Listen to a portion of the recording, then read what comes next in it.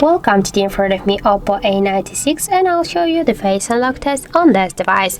So I set up my face recognition a couple of minutes ago here, and now I'll show you that, as can you see, that I can unlock the device with my face. And now I'll just make a couple of tries to unlock this device with the face unlock method, and we'll see how fast this unlock method is and does it works here.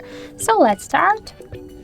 1, 2, 3, 4, 5. So as can you see, the face unlock method works here really fast. That's work here good.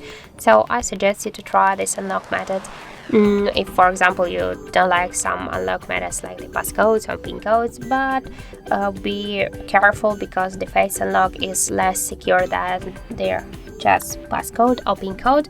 And just one more thing, I just will try to unlock the device without the glasses, because I set up my face recognition here with the glasses, with the wearing glasses. So now I'll just try to unlock it without all the glasses, and that's it.